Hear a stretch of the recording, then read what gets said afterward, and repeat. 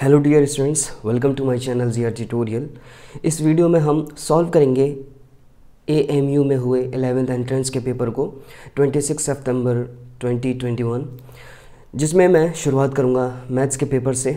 और ये जो पेपर है ये मैक्सिमम मार्क्स 100 नंबर का होता है। देन टेस्ट ड्यूरेशन जो होता है इस एंट्रेंस को देने का वो 2 घंटे का है। देन क्वेश्चन पेपर सीरीज़ जो है ये सेट बी है। देन ये कोड है, उसके बाद यही इंपॉर्टेंट चीज़ है।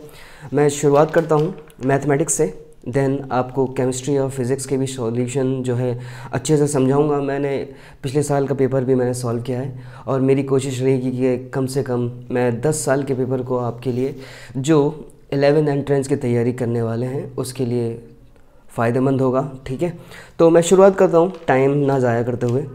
यहाँ पहला सवाल जो है हमारा वो दिया हुआ है, question number 1। If A equal to 2n + 3 13 and b equal to n + 7 and n is the natural number, then हमें बताना है a और b का HCF क्या होगा। अब जैसा कि इन्होंने कह दिया है कि n जो है नेचुरल नंबर है और नेचुरल नंबर को पता है कि 1 2 3 एंड सो ऑन आगे तक जाता है इनफाइनाइट। देन अगर ये कहते हैं a की वैल्यू जैसे कि इन्होंने कहा है 2n + 13 एंड b की वैल्यू इन्होंने दी है n + 7। अगर ये n की वैल्यू कहते हैं नेचुरल नंबर, तो अगर मैं सपोज़ करूँ n = 1 और इसमें पुट कर दूँ तो a की वैल्यू जो है 2 × 1 + 13 जो कि 15 हो जाएगी। इस तरीके से यहाँ पर मैं n की वैल्यू अगर 1 डालूँ तो ये 8 हो जाएगा। और हमें मालूम है कि 15 और 8 का जो HCF होता है वो 1 के अलावा कुछ नहीं होने वाला, क्योंकि जो 15 के फैक्टर हैं वो 1 3 5 एंड इटसेल्फ, बस इसके अलावा और कोई नहीं हो सकता। इसी तरीके से अगर मैं 8 का फैक्टर निकालूँ 1 2 4 एंड 8, इसके अलावा कोई नहीं हो सकता। जैसा कि यहाँ दिख रहा है कॉमन फैक्टर जो है वो सिर्फ 1 ही है, तो यहाँ पर 1 HCF होगा। ये बात आप और भी दूसरे नंबर ले सकते हो, जैसे n की वैल्यू अगर मैं यहाँ पे कोई बड़ा नंबर ले लेता हूँ और यहाँ पे डाल के देखता हूँ 2, जैसा कि n दिया हुआ है +13, a इक्वल टू 14 + 13 और हमें पता है 14 + 13 27 होता है। देन b की जगह पे n यानी 7 + 7 जो कि हो जाएगा 14। ठीक है, अगर यहाँ पर 27 के फैक्टर निकालते हैं, ठीक है, या फिर मैं प्राइम फैक्टराइजेशन भी करूँ तो 3 × 3 × 3 हो जाएगा। ठीक है, × 1 में अपने एज्यूम कर लेता हूँ क्योंकि 1 तो हर किसी का मल्टीपल होता है। इसी तरीके से 14 को अगर मैं लिखूँ तो 2 × 7 × 1। यहाँ पे आप देख सकते हो कि हाईएस्ट कॉमन मल्टीपल फैक्टर जो है, हाईएस्ट कॉमन फैक्टर वो सिर्फ 1 ही है, इसके अलावा कुछ नहीं हो सकता। तो इसका जो जवाब होगा, यानी यहाँ जो ऑप्शन में दिया गया है 1 इज़ द आंसर। देन हम दूसरे सवाल की बात करते हैं। Which of the following numbers can be represented as non terminating repeating decimals. तो हमें पता है कि नॉन टर्मिनेटिंग जो होते हैं वो नॉन टर्मिनेटिंग बट रिपीटिंग वो रैशनल नंबर में आ जाते हैं। ठीक है, क्वेश्चन नंबर 2 की बात अगर हम करें, जैसे अगर मैं कहता हूँ 1/3 और इसको मैं डिवाइड करूँ तो 0.333 ये ऐसे आता चला जाएगा। ठीक है, और ये जो ऐसा नंबर है ये नॉन टर्मिनेटिंग तो है बट यहाँ पे 3 रिपीट करते हो जाएगा, इसलिए नॉन टर्मिनेटिंग रिपीटिंग को हम रैशनल नंबर भी कहते हैं। तो यहाँ से हमें ऑप्शन दिए गए हैं, तो अगर मैं पहला ऑप्शन चूज़ करूँ, जैसा कि यहाँ पे 39/24 है, और इसको अगर मैं थोड़ा सा फर्दर प्राइम फैक्टराइजेशन कर दूँ तो यहाँ पे 3 × 8 और यहाँ पे हमें दिख जाएगा कि ये this is the reduce form. और आपको हमेशा याद रखना है कि अगर denominator 2 to the power n and 5 to the power m अगर इस फॉर्म में है, या फिर सिर्फ 2 की पावर आ रही है या फिर 5 की पावर आ रही है डिनोमिनेटर में, तो आप समझ जाइए कि वो रैशनल नंबर में होगा हमारा। ठीक है, जैसे कि यहाँ पे मैं 8 को 2 to the power 3 लिख सकता हूँ। ठीक है, और आप देख सकते हो कि ये इस फॉर्म को फॉलो कर रहा है, इसका मतलब ये टर्मिनेटिंग होगा, नॉन टर्मिनेटिंग हो सकता है। फ़िलहाल तो ये यहाँ पे अगर ये पावर रखता है तो ये रैशनल नंबर में आएगा क्योंकि ये टर्मिनेट हो जाएगा। ठीक है, बट मैं कहने का मतलब ये है अगर आप डिवाइड भी करके देखोगे तो ये पूरा डेसिमल 0 यहाँ पे रिमाइंडर आ जाएगा पॉइंट लगने के बाद।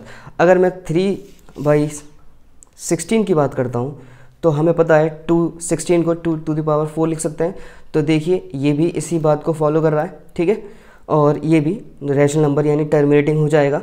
पर हमें क्या ढूंढना है, हमें ढूंढना है नॉन टर्मिनेटिंग बट रिपीटिंग। तो अगर मैं 137/25 को देखूं तो 137/25 को मैं 5 to the power 2 लिख सकता हूं, और ये इस चीज़ को फॉलो कर रहा है, यानी ये टर्मिनेटिंग होगा 100%। ठीक है, अगर मैं यहाँ पे लास्ट ऑप्शन देखूं तो 3/11 है, और 3/11 यहाँ पे ये इन दोनों में से किसी को फॉलो नहीं कर रहा है। बट यहाँ पे अगर हम रिपीट देखें करके तो यहाँ पे 0 आएगा, जिसकी वजह से यहाँ पे डेसिमल लेना पड़ेगा। देन हमें पता है 11 2 ज़ा 22, देन 8 और 0, 11 7 ज़ा 77, देन 3 और फिर 0, यानी ये 2727 आने वाला है, यानी ये जो है 0.27 बार के बराबर होगा। तो यहाँ से हमें दिख रहा है कि 27 ये नॉन टर्मिनेटिंग भी है और ये रिपीट कर रहा है। इसका मतलब इसका जो जवाब होगा वो डी ऑप्शन हो जाएगा। अब हम बात करते हैं, इसमें बताना है कि विच इज़ द ग्रेटेस्ट। तो यहाँ पे हम एक एक करके देखेंगे। तो अगर मैं क्वेश्चन नंबर 3 की बात करूँ, 7 to the power 2 और 7 to the power यानी जितनी पावर होती है उसको उतने बार मल्टीप्लाई कर सकते हैं। तो हमने देखा कि 49 है, देन 49 to the power 3/2, और इसको मैं फर्दर लिखने की कोशिश करूँ तो 49 को मैं 7 to the power 2 लिख सकता हूँ, और इस पर भी पावर है, और हमें पता है पावर के ऊपर पावर होती है तो क्या होता है वो इस तरीके से लिखा जाता है, उनकी पावर मल्टीप्लिकेशन में आ जाती है, और 2 से 2 कैंसिल आउट हो सकता है, और 7 to the power 3 यहाँ पे बचेगा, जो कि 343 के बराबर होगा। ठीक है, अब हम देखते हैं कि ये जो है 1/343, तो यहाँ पे मैं कर लेता हूँ, बस मैं कोशिश में हूँ कि आपको बस सही समझा सकूँ। तो जैसा कि यहाँ पे थर्ड वाला पार्ट है, मैं इसको ले रहा हूँ। मैं देख सकता हूँ कि 1 पे अगर मैं 3 रख दूँ, क्योंकि 1 पे कितनी भी पावर रख दें आप तो वो 1 ही रहने वाला है, और 343 जैसा कि ये है क्यूब है 7 का, और इसके ऊपर पावर अभी भी -1/3 है, और यहाँ पे मैं पावर कॉमन कर सकता हूँ, और इसके ऊपर भी पावर है। तो देखिए पावर के ऊपर पावर होती है तो क्या होता है 1/7 = 3 इंटू, तो पावर मल्टीप्लिकेशन में आ जाती है जैसा कि यहाँ पे मैंने करके दिखाया था। तो यहाँ पे फर्दर क्या बचा 1/7 to the power -1, और पावर को पॉजिटिव करने के लिए हम क्या करते हैं, इसको रेसिप्रोकल कर लेते हैं। तो यानी ये जो है 7 के बराबर हो जाएगा एज इट इज़। अब हम देखेंगे कि लास्ट वाला पार्ट जो है वो 2401 है टू द पावर।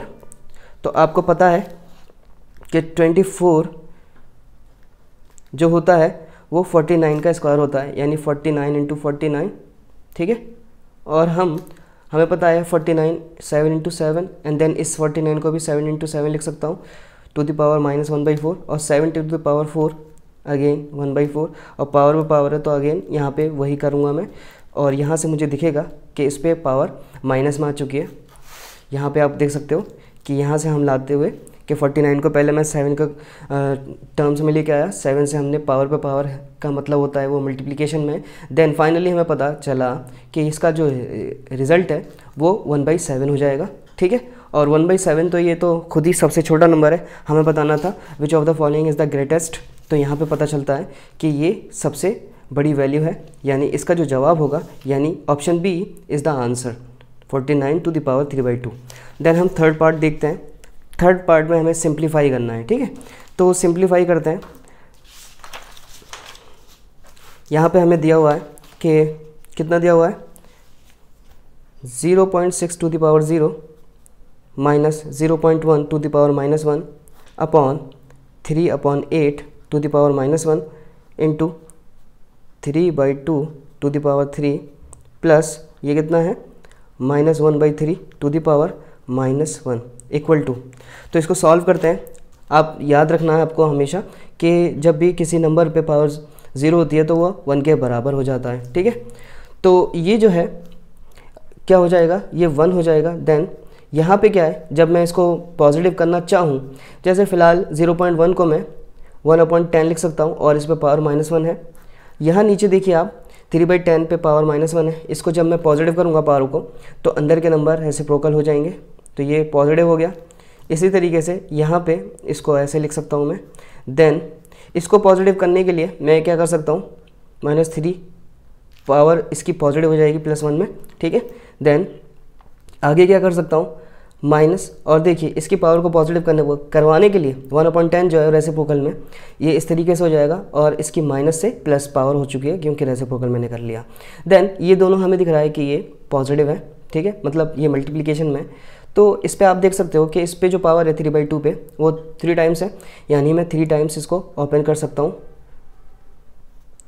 प्लस, और हमें पता है पावर पे अगर पावर 1 हो तो उसका जवाब तो वही रहता है दैट इज़, और यहाँ पे माइनस है तो प्लस माइनस हमारा जो है 3 वो माइनस में रहेगा।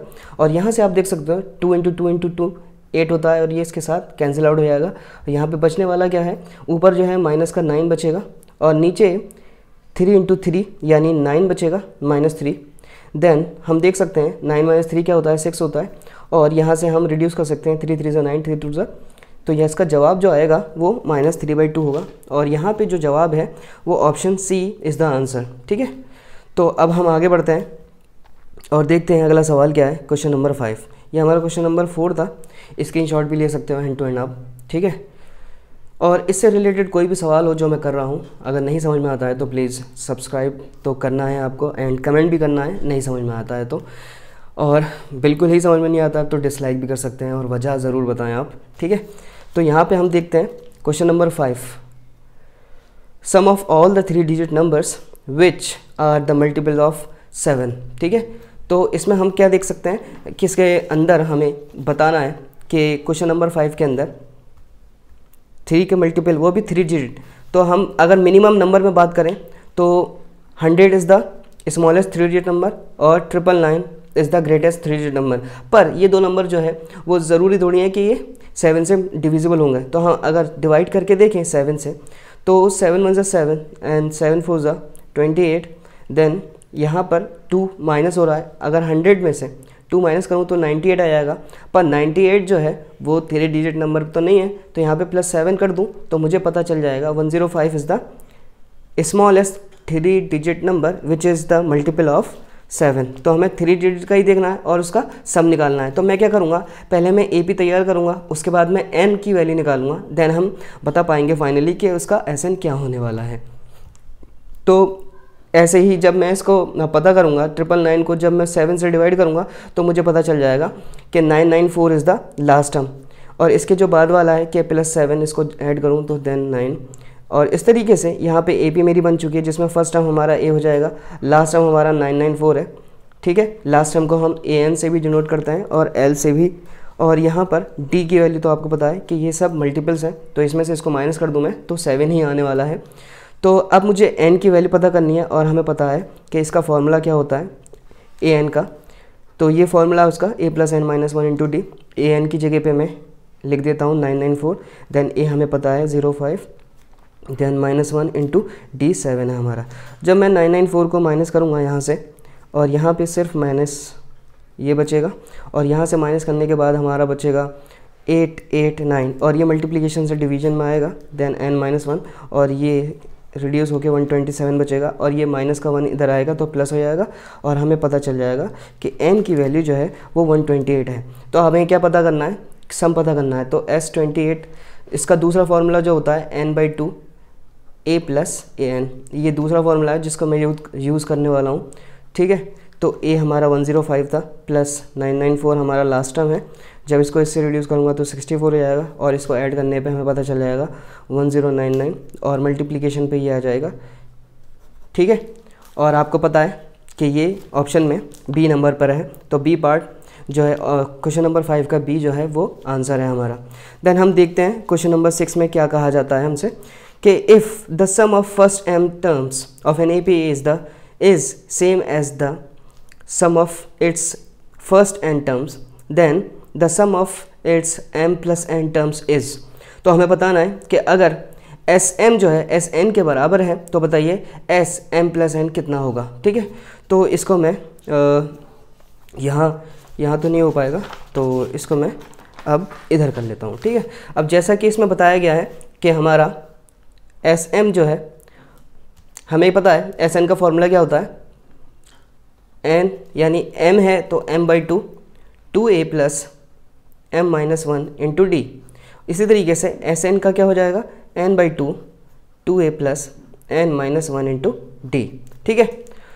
तो मैं सॉल्यूशन इसलिए दे रहा हूँ, समझाने की कोशिश भी कर रहा हूँ, ताकि अगर कोई फर्स्ट टाइम एंट्रेंस की तैयारी कर रहा है और वो वीडियो को देख रहा है तो उसके लिए आसानी होगी काफ़ी। अब जैसा कि हमें क्या गिवन दिया हुआ है कि एस एम जो है वो एस एन है, दिया हुआ है ना।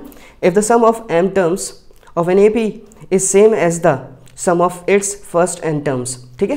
यानी एस एम जो है एस एन के बराबर है, तो दोनों को मैं इक्वेट करूँ m by two, two a plus m minus one into d, then ये यहाँ पर रख दूँ मैं एक दूसरे के सामने, ठीक है। तो 2 से 2 कैंसिल आउट हो जाएगा और यहाँ पे मैं m को मल्टीप्लिकेशन कर दूंगा, तो m जब इससे मल्टीप्लाई होगा तो कुछ इस तरीके से लिखा जा सकता है। और ऐसे ही यहाँ पे 2an plus n minus one into D, तो मैंने n को दोनों से मल्टीप्लाई कर दिया है। फर्दर मैं और मल्टीप्लिकेशन कर लेता हूँ, तो ये हो जाएगा m स्क्वायर माइनस m, ठीक है। और ये d के साथ मल्टीप्लिकेशन में रहेंगे और ऐसे ही n स्क्वायर माइनस n और d के साथ ही मल्टीप्लिकेशन रहेंगे। मैं क्या चाहता हूँ, मैं दोनों को एक तरफ ले आऊँ अगर 2am और ये भी माइनस में आ जाएगा, ठीक है, जब ट्रांसपोज होगा m स्क्वायर माइनस m, और जब ये इधर आएगा तो ये भी माइनस में हो जाएगा। यहाँ पे सब ट्रांसपोज हो गए तो यहाँ पे 0 बचने वाला है। अब हमें पता है इन दोनों में 2a कॉमन है, तो 2a कर लेता हूँ, तो यहाँ पे m बचेगा, देन माइनस n, और यहाँ पे d कॉमन अगर मैं कर लूँ तो यहाँ पे m स्क्वायर माइनस m और minus n square plus n, ठीक है। यही तो बचेगा क्योंकि ये माइनस इन दोनों के साइन को ओपन कर देगा, और d मैंने कॉमन कर लिया है इक्वल टू 0।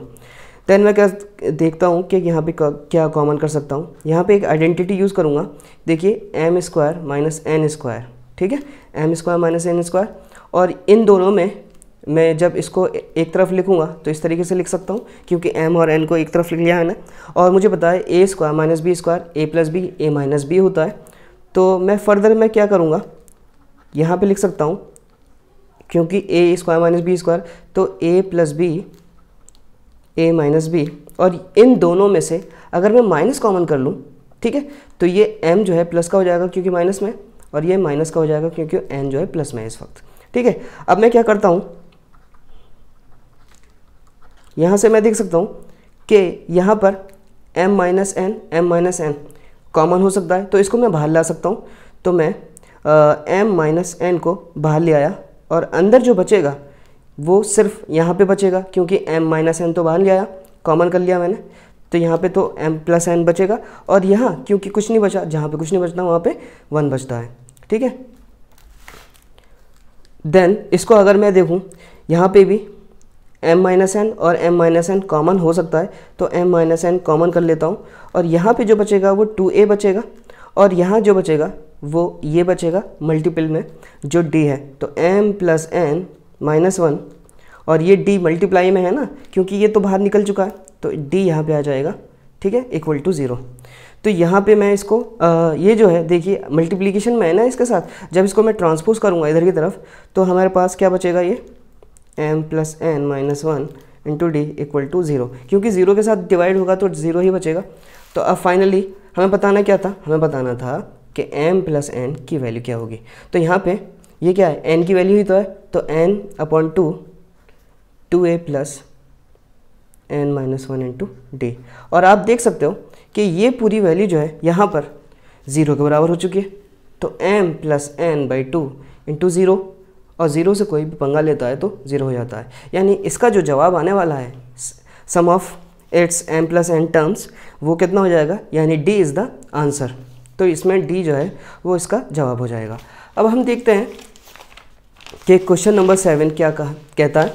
तो इसमें दिया गया है कि the denominator of a fraction is greater than it's numerator by 11, यानी इसका जो डिनोमिनेटर है किसी फ्रैक्शन का वो न्यूमरेटर से 11 ज़्यादा है।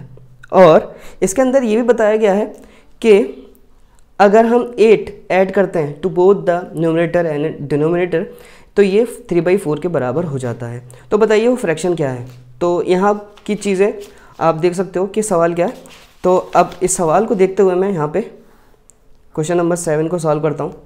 तो मान लेता हूँ कि हमारे पास फ्रैक्शन जो है वो x अपॉन वाई के फॉर्म में होगा, और जैसा कि कहते हैं कि दोनों में ऐड किया गया है 8, तो ये किसके बराबर हो जाता है, 3/4 के बराबर हो जाता है। इसके अलावा इन्होंने कहा है कि जो डिनोमिनेटर है, यानी डिनोमिनेटर को मैंने y माना है, ये न्यूमरेटर से 11 बड़ा है। ठीक है, तो इसकी इक्वेशन तो यहीं पर रख देता हूँ और यहाँ से मैं एक और इक्वेशन निकालूंगा। जब मैं क्रॉस मल्टीप्लाई करूँगा तो देखिए 4 इन दोनों के साथ मल्टीप्लाई होगा तो 4x और 32 इक्वल टू 3y और 8 3 ज़ा 24 होता है। ठीक है, तो जब मैं एक तरफ लेके आऊँगा तो ये माइनस में हो जाएगा 32 और ये भी माइनस में हो जाएगा इक्वल टू 0।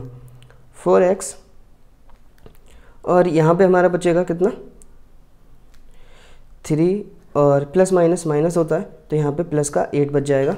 ठीक है, अब यहाँ पे जैसा कि हमें पता है कि y जो है वो x + 10 के बराबर है, तो क्यों ना मैं यहाँ पर जो y है उसको सपोज कर लूँ। ठीक है, तो जब मैं ब्रैकेट को ओपन करूँगा तो 3x से भी मल्टीप्लाई होगा तो 3x हो जाएगा और 3 × 11 भी है तो माइनस का 33 होगा प्लस 8 इक्वल टू 0। तो यहाँ पे देखिए 4x, ये तो लाइक टर्म्स है तो 4 में से 3 गए तो एक ही बचेगा, है ना, और यहाँ पे प्लस माइनस होगा 33 में तो यहाँ पे बचेगा माइनस का 25 इक्वल टू 0 और x की वैल्यू आ जाएगी यहाँ पे 25। ठीक है, और जब मैं इसको y में पुट करूँगा तो 25 + 1 11 तो ये हो जाएगा 36, यानी x/y मैंने फ्रैक्शन माना था तो x की वैल्यू तो 25 है और ये है हमारा जवाब। यानी इसके अंदर आप देख सकते हो कि b पार्ट जो है 25/36 विच इज़ द आंसर। अब हम देखते हैं कि क्वेश्चन नंबर 8 को कैसे सॉल्व कर पाते हैं। तो क्वेश्चन नंबर 8 जो है कुछ इस तरीके से दिया हुआ है कि a² = bz by + cz b² cz + ax and c² = ax + by, then the value of x/a + x plus y/b + y plus z/c + z। तो इसकी वैल्यू हमें पता करनी है। ठीक है, इन चारों ऑप्शन में तो कोई एक वैल्यू तो होगी। ठीक है, तो देख लेते हैं। तो इसको करने के लिए जैसा कि मुझे गिवन दिया हुआ है क्वेश्चन नंबर 8 में कि a² = cz then b² = cz + ax and c² = ax + by। ठीक है, मैं क्या करता हूँ, मुझे दिख रहा है कि यहाँ पर ax by और cz के साथ x और y और z है, तो मैं कुछ ऐसा करूँगा कि यहाँ पर मैं अगर इन दोनों तरफ ax ऐड कर दूँ बोथ साइड में। ठीक है, तो यहाँ से मैं a को कॉमन कर सकता हूँ, a + x बचने वाला है यहाँ पर by cz ax। ठीक है, इस तरीके से यहाँ पर मैं by नहीं है यहाँ पर तो दोनों साइड में by ऐड कर देता हूँ और इसी तरीके से यहाँ पर क्या चीज़ नहीं है तो cz नहीं है तो इधर मैं cz ऐड कर देता हूँ बोथ साइड। ठीक है, तो यहाँ पे मैं कॉमन कर सकता हूँ b, तो b + y बचेगा तो cz + ax + y by, और यहाँ पे मैं c कॉमन कर सकता हूँ तो c + z बचेगा और यहाँ ax + by + c। ठीक है, अब मैं क्या कर रहा हूँ, क्योंकि मुझे कुछ ऐसे फॉर्म लेके आनी है तो मैं कोशिश करता हूँ इसी फॉर्म में लेके आने की। ये a + x a के साथ मल्टीप्लिकेशन में, जब मैं इसको इधर लेके जाऊँगा तो ये डिवाइड में चला जाएगा और इस पूरे टर्म को मैं a के साथ लेके आऊँगा तो a/by cz ax equal to, यहाँ पे तो ट्रांसपोज हो गया तो वहाँ पे 1 बचा। ठीक है, क्योंकि मैंने ट्रांसपोज किया है, ना कि मैंने ट्रांसपोज करने का मतलब क्या है, इस पूरे को मैं एज इट इज़ उठा के लेके गया हूँ, ना कि इसको प्लस या माइनस में लेके गया हूँ। ठीक है, तो मैंने इसको यहाँ पे 1 के साथ मल्टीप्लिकेशन मानते हुए इसको डिवाइड में लेके गया हूँ तो यहाँ पे 1 बचने वाला है। ठीक है, और यहाँ पर a को जब मैं a के साथ जो ये वैल्यू है जब ये इधर जाएगी तो ये भी डिवाइड में आ जाएगी। इसी तरीके से यहाँ पे भी लिख लेता हूँ। ठीक है, तो b/, तो मैं सीक्वेंस में लिख लेता हूँ ax by cz equal to, यहाँ पर क्योंकि यहाँ पे 1 बचा जैसा कि मैंने यहाँ पे बताया था तो यहाँ पे b + y आ जाएगा। इस तरीके से यहाँ पर c/ax by cz और 1/c + z। ठीक है, अब जैसे कि यहाँ पे दिखाया गया है कि यहाँ पे a + x के साथ x है, b + y के साथ y है एंड c + z के साथ z है, तो मैं क्यों ना इसको मल्टीप्लाई कर दूँ पूरे साइड को x से और इसको मल्टीप्लाई कर दूँ y से और इसको मल्टीप्लाई कर दूँ z से। तो ये कुछ इस तरीके से हो जाएगा ax by cz + ax और ये हो जाएगा x/a + x। ऐसे ही यहाँ पे b से मल्टीप्लाई करा मैंने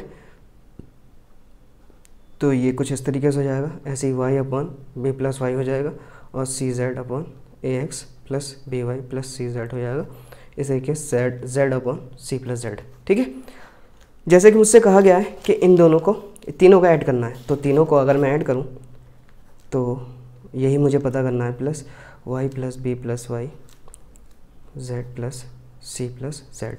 जब मैं, क्योंकि मुझे पता है ये किसके बराबर है, A X plus B Y plus C Z, और ये किसके बराबर है, B Y A X plus B Y plus C Z, और ये किसके बराबर है, C Z A X B Y C Z. ठीक है, अब यहाँ पे आप देख सकते हो कि जब डिनोमिनेटर होते हैं सेम, तो डिनोमिनेटर सेम होते हैं तो एलसीएम लेने में आसानी रहती है, तो वही एलसीएम हो जाता है, और जब एलसीएम हो जाता है ऊपर के नंबर एज इट इज़ लिख लिए जाते हैं, ये तो पता ही होगा।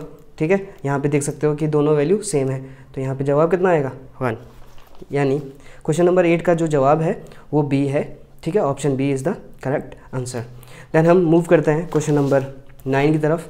ठीक है, तो क्वेश्चन नंबर 9 में 9 को सॉल्व करने के लिए मैं एक नए पेज के तलाश में हूँ। ठीक है, तो क्वेश्चन नंबर 9 में दिया गया है, तो value of K for which the zeros of polynomial K X square plus 4x plus 4 are alpha and beta related to A square alpha square plus beta square equal to 24। हमें बताना है कि इसमें जो के की वैल्यू है वो क्या होगी, अगर इस तरीके से हमें गिवन है तो अल्फ़ा बीटा जो है वो रिलेटेड है इससे। ठीक है, तो इसका इस्तेमाल करता हूँ मैं, जो गिवन दिया हुआ है, जैसे कि मेरे पास वैल्यू है के square plus 4x square plus 4। ठीक है, तो इसके अंदर के है, और हमें पता है कि यहाँ पे हमें गिवन दिया हुआ है alpha square plus beta square जो कि 24 के बराबर है। तो आप देख सकते हो कि ये जैसा कि के एक्स स्क्वायर है, सॉरी, ठीक है, के एक्स स्क्वायर, तो यहाँ पे ए की वैल्यू जो है वो के बराबर है, बी की वैल्यू कोफिशिएंट ऑफ एक्स यानी 4 है, एंड सी की वैल्यू जो है यानी कांस्टेंट 4 है। तो यहाँ से मैं क्या कर सकता हूँ, अगर मैं देखूँ कि सम ऑफ ज़ीरोज़ हमें पता है, ठीक है, चैप्टर 2 से, कि वो माइनस बी बाई ए के बराबर होते हैं, एंड प्रोडक्ट ऑफ ज़ीरोज़ पता है कि सी अपॉन ए के बराबर होते हैं। तो अल्फ़ा प्लस बीटा अगर मैं देखूं तो अल्फ़ा प्लस बीटा का मतलब क्या है कि माइनस बी की वैल्यू 4 है और ए के बराबर है। तो अगर मैं इन दोनों पे स्क्वायरिंग कर दूं, ठीक है, तो यहाँ पे तो ए प्लस बी का होल स्क्वायर हो जाएगा, यानी A square plus B square plus 2ab equal to, और यहाँ पे माइनस माइनस प्लस हो जाएगा, तो 4 4 से 16 अपॉन के स्क्वायर, और मुझे पता है alpha square plus beta square किसके बराबर है, 24 के, तो 24 लिख देता हूँ। 2 इंटू अल्फ़ा बीटा किसके बराबर है, सी अपॉन ए, सी देखो 4 के बराबर है, ए के बराबर है, तो यहाँ पे मैं लिख सकता हूँ 4 अपॉन के। ठीक है, अब फर्दर मैं देख सकता हूँ कि ये तो हो जाएगा 8 अपॉन के अपॉन 16 के स्क्वायर। जब यहाँ पे एलसीएम लूँगा तो 24 के प्लस 8 अपॉन के इक्वल टू 16 के स्क्वायर। तो यहाँ पे देखिए के से के स्क्वायर कैंसिल आउट हो जाएगा, तो ये जो के बचा है वो इन दोनों के साथ मल्टीप्लिकेशन में आएगा, यानी के और यहाँ पे 16 बच जाएगा। तो 24 के स्क्वायर प्लस 8 के इक्वल टू 16, ये सारे मल्टीपल हैं 8 के, तो 8 से डिवाइड कर देता हूँ, तो 8 3 जा तो 3 के स्क्वायर हो जाएगा, 8 से 8 गया तो प्लस का के बचेगा, और यहाँ पे 8 2 16। तो जब मैं 2 को इधर लेके जाऊँगा तो ये माइनस हो जाएगा, और मैं इसको फर्दर क्या कर सकता हूँ, फैक्टराइज कर सकता हूँ। ठीक है, तो 3 2 6 यानी मल्टीप्लिकेशन में 2 चाहिए और प्लस माइनस में मुझे 1 चाहिए, तो 2 इंटू 3, 2 3 6 भी होता है, और 3 माइनस 2 1 भी होता है, यानी मैं इस के को 3k माइनस 2k लिख सकता हूँ। ठीक है, तो ये मैंने फैक्टराइज कर लिया, और इन दोनों में 3 के कॉमन कर सकता हूँ, तो k प्लस 1 आएगा, k प्लस 1 बचेगा। ठीक है, यहाँ पे 2 कॉमन कर लूँ तो k प्लस 1 यहाँ पे बचेगा, तो k प्लस 1 को अगेन कॉमन करूँ तो यहाँ पे 3k माइनस 2 बचेगा, और ये सारी वैल्यू क्या है, क्योंकि मुझे पता करना है तो इसको 0 के बराबर इक्वेट करना पड़ेगा। देन k की वैल्यू अगर मैं k प्लस 1 से निकालता हूँ तो k की वैल्यू प्लस से माइनस हो जाएगा, तो एक तो वैल्यू आ गई -1, और दूसरी वैल्यू जो है इससे निकल के आएगी, जो कि हो जाएगा k इक्वल टू, ये प्लस का हो जाएगा और ये मल्टीप्लाई से डिवाइड में जाएगा, यानी जो जवाब होने वाला है वो क्या हो जाएगा, यानी c part is the answer -1 and 2/3, which is the answer. तो आपको समझ में आया होगा कैसे ये मैं कर रहा हूँ, ये बहुत आसान सा सवाल है, ठीक है। तो आई होप आपके समझ में आया होगा, आप स्क्रीनशॉट भी ले सकते हो, ठीक है।